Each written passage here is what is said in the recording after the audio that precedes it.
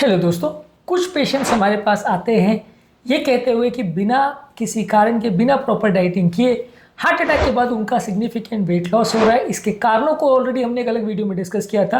आज डिस्कस करेंगे कुछ यूजफुल टिप्स पर जो इस मामले में आपकी मदद कर सकते हैं। अगर किसी व्यक्ति को हार्ट अटैक के बाद सिग्निफिकेंट वेट लॉस हो रहा है और वो वेट लॉस नहीं करना चाह रहा है, वेट लॉस उसका ज़रूरत नहीं है, बॉडी वेट नॉर्मल है, तो क्या क्या चीज़ें वो कम कर सकता है या मैनेज कर सकता है जिससे ये प्रॉब्लम उसको ना आए।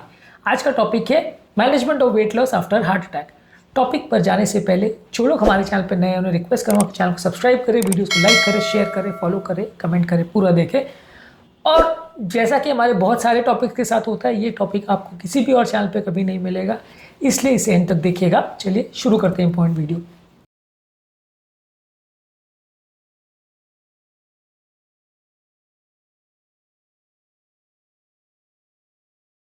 सबसे पहले आपको एक कारण ढूंढना पड़ेगा कि उस व्यक्ति को वेट लॉस क्यों हो रहा है। अगर मान लीजिए खाने में कोई सिग्निफिकेंट प्रॉब्लम आ रही है कि भूख नहीं लग रही, तो भूख बढ़ाने के लिए आपको दवा देनी पड़ेगी।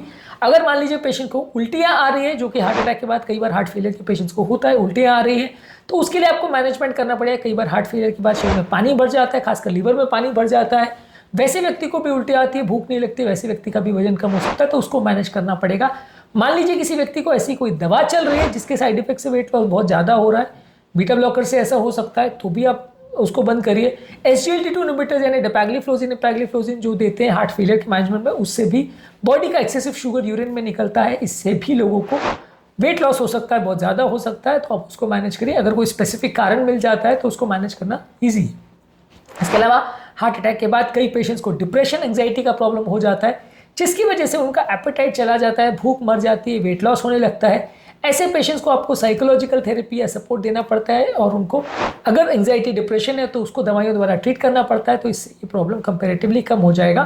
और कुछ लोगों को कई बार हार्ट फेलियर की वजह से कार्डियक कचेक्सिया होता है, बॉडी में कुछ इन्फ्लेमेटरी साइटोकाइंस बनते हैं जैसे TNF अल्फा, IL-1। ये बॉडी के मसल मास को बिना किसी खाद्य पदार्थ में चेंज करे भी सिग्निफिकेंट वेरिएशन कर सकते हैं, जिसकी वजह से हार्ट फेलियर वाले पेशेंट्स का भी वेट लॉस होने लगता है। यदि ऐसा है तो उसके कुछ स्पेसिफिक एंटीडोट्स आते हैं, लेकिन वो बहुत कॉस्टली होते हैं। बेसिकली आपको हार्ट फेलियर मैनेज करना होगा तो वो अपने आप ठीक हो जाएगा, लेकिन ये भी एक इंपॉर्टेंट कारण होता है। अगर ऐसा मिलता है तो फिर उसके लिए स्पेसिफिक दवाइयाँ आती है, हालांकि कॉमनली यूज़ नहीं होती, लेकिन आती है। इसके अलावा आप कैलोरी इंटेक को बढ़ा सकते हैं। अगर आपको पता चल रहा है कि देखिए वेट लॉस हो रहा है, बिना किसी कारण के हो रहा है, तो आप खाने को बढ़ा दीजिए। हेल्दी फैट्स जैसे ऑलिव ऑयल है, एवोकाडो है, नट्स है, सीड्स है, इनको ज़्यादा लीजिए। लीन या फैट फ्री प्रोटीन जैसे फिश है, पोल्ट्री है, एग्स है, लेग्यूम्स है, इनको ज़्यादा लीजिए। होल ग्रेन्स ज़्यादा ले सकते हैं, oats, barley, whole wheat, brown rice, quinoa, ये सारी चीज़ों को ले सकते हैं। इनकी मात्रा को बढ़ा दीजिए, ज़्यादा मात्रा में खाइए हेल्दी फूड प्रोडक्ट्स। वजन बढ़ाने के लिए आप तेल घी पीना चालू नहीं करोगे, वो नुकसानदायक है। Healthy way to increase body weight पर हमने ऑलरेडी काफ़ी वीडियोस किए, उसको जरूर चेकआउट करें। इसको फॉलो करने से आपको सिग्निफिकेंट फायदा मिलेगा। और कम मात्रा में बार बार खाना खाएं, ओवरऑल कैलोरी इंटेक को बढ़ा दें। जैसे वजन कम करने के लिए हम खाना कम करते हैं, यहाँ पे हमको कम मात्रा में बार बार खाना खाना है। ज़्यादा मात्रा अगर पूरी टॉलरेट करें तो भी खा सकते हैं, वजन बढ़ाने में मदद करे। बहुत ज़्यादा एक बार में खाना खाने का प्रयास मत करिए, वो काउंटर प्रोडक्टिव हो सकता है, उसमें उल्टी होने का चांस ज़्यादा हो सकता है। पर कम कम मात्रा में ज़्यादा बार खाना एक हेल्दी तरीका है जिससे आपका वजन बढ़ सकता है। इसके अलावा प्रोटीन रिच फूड प्रोडक्ट ज़्यादा खाइए। लीन या फैट फ्री प्रोटीन या प्लांट बेस्ड प्रोटीन जैसे दालें हैं, चने हैं, अंकुरित चीज़ें हैं, टोफू है, सोयाबीन है, ये सारी चीज़ों को ज़्यादा मात्रा में खाएंगे तो इससे आपका मसल मास बढ़ेगा, लीन बॉडी मास बढ़ेगा, बिना ज़्यादा फैट बढ़ाए आपका वजन इंप्रूव होगा, तो इनको ज़्यादा मात्रा में खाइए। इसके अलावा न्यूट्रिशनल सप्लीमेंट्स या न्यूट्रिशनल शेक्स आते हैं, जैसे प्रोटीन सप्लीमेंट्स आते हैं, इसमें लो सोडियम, लो फैट वाले ऑप्शंस को आप अगर ज़्यादा मात्रा में लेते हैं तो इससे भी आपको मसल मास को बढ़ाने में फ़ायदा मिलेगा। विटामिन मिनरल के सप्लीमेंट्स, खासकर omega 3 fatty acids, B group के विटामिन और आयरन के सप्लीमेंट्स आते हैं, इनको भी ज़्यादा मात्रा में लेने से ये भी आपकी ओवरऑल हेल्थ को इंप्रूव करेंगे और इससे भी आपका वजन बढ़ाने में मदद मिलेगी। इसके अलावा ओवर एग्रेसिव एक्सरसाइज मत करिए। कई तरह की एक्सरसाइज होती है जो वजन कम करती है। एक्सरसाइज करना ज़रूरी है, बिल्कुल एक्सरसाइज नहीं करेंगे तो मसल मास लॉस होगा, उससे भी वजन कम होगा, लेकिन थोड़ी बहुत एक्सरसाइज करनी है। रिहैबिलिटेशन प्रोसेस को प्रॉपर्ली फॉलो करना है। इसमें मसल को बढ़ाने की कोशिश करनी है, स्टैमिना बढ़ाने की कोशिश करनी है, भूख बढ़ाने की कोशिश करनी है, लाइट वॉकिंग और फिजिकल एक्टिविटी करनी है, आधे से 1 घंटा डेली एक्सरसाइज करना है, लेकिन प्रॉपर मेडिकल एडवाइस के साथ करें। गलत तरह की एक्सरसाइज करेंगे तो वजन कम ज़्यादा हो जाएगा, जितना आप नहीं चाह रहे उतना भी हो सकता है। सही तरह से उसको मैनेज और मेंटेन करोगे तो आपका वजन बढ़ेगा, मसल मास बढ़ेगा, लीन मास बढ़ेगा। वो आपको ज़्यादा फायदा करेगा एज़ कम्पेयर टू एक्सरसाइज बंद कर देना। तो इसलिए एक्सरसाइज चालू रखिए। ये सोचना गलत है कि एक्सरसाइज आप करोगे तो वजन और कम होगा। तो एक्सरसाइज करना ज़रूरी है, चालू रखना है, लेकिन सही तरह से करना ज़रूरी है। इसके अलावा प्रॉपर साइकोलॉजिकल सपोर्ट और काउंसलिंग की आवश्यकता है। कई लोग को हार्ट अटैक के बाद एक्सरसाइज करना बंद कर देते हैं, फिजिकल एक्टिविटी बंद कर देते हैं, बिहेवियर प्रॉपर नहीं करते हैं, डाइटरी चीज़ें फॉलो नहीं करते, लाइफस्टाइल चेंजेस फॉलो नहीं करते। ये सारी चीज़ों से भी खराब हेल्थ आता है और ये सारी चीज़ों से हार्ट फेलियर भी बिगड़ता है, जो भी वजन को अफेक्ट कर सकता है, और जल्दी जल्दी मसल लॉस भी होने लगता है। तो ये सारी चीज़ों को प्रॉपर वे में मैनेज करने से, proper nutrition counselling, proper recovery goal set करके अच्छी एक्सपर्ट्स के अंडर आप ये सारी चीज़ों को मैनेज करोगे तो ज़्यादा अच्छे रिजल्ट्स मिलेंगे, नहीं तो आपको प्रॉब्लम ज़्यादा आएगी। इसके अलावा रेगुलर बेस पे वेट को भी मॉनिटर करते रहिए कि आपका वेट कितना है, कितना कम हुआ, कितना बढ़ाना है, कितने डाइटरी एडजस्टमेंट करने हैं, डाइटरी एडजस्टमेंट करने के बाद भी फ़ायदा मिल रहा है, नहीं मिल रहा है, कितना फ़ायदा मिल रहा है, ये सारी चीज़ों को रेगुलर बेस पे मॉनिटर करते रहिए।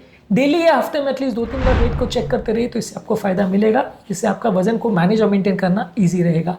फूड डायरीज मेंटेन करिए, कौन कौन से फूड प्रोडक्ट्स को खाने से फ़ायदा हो रहा है, किससे नहीं हो रहा है, कौन कौन से फूड प्रोडक्ट्स आपको अच्छे लग रहे हैं, किससे नहीं अच्छा लग रहा है, ये सारी चीज़ों को एक डायरी में चार्ट आउट करेंगे तो बाद में फूड सिलेक्शन करने को आसान होगा। नहीं तो अक्सर क्या होता है कि लोग भूल जाते हैं कि कई दिनों पहले मैंने क्या खाया था, क्या अच्छा था, क्या नहीं था, क्या खाने के बाद उल्टी हो रही थी, किसको नहीं हो रही थी, वो आप भूलने लग जाते हो धीरे धीरे करके। तो इसलिए एक डायरी मेंटेन करके रखेंगे क्या क्या चीज़ें अच्छी है, किससे रिजल्ट अच्छे मिल रहे हैं, किससे नहीं मिल रहे हैं, तो उसको लॉन्ग टर्म आप यूज़ कर सकते हो। क्योंकि हर एक व्यक्ति की बॉडी की रिक्वायरमेंट्स अलग अलग होती है, तो अलग अलग व्यक्ति को अलग अलग चीज़ से फ़ायदा है, नुकसान या टॉलरेंस, इंटॉलरेंस, टेस्ट अच्छा लगना नहीं लगना, ये सब हो सकता है। तो फूड डायरी मेंटेन करें तो अच्छा है, इससे चीज़ों को लॉन्ग टर्म में याद रखना ज़्यादा ईजी होगा।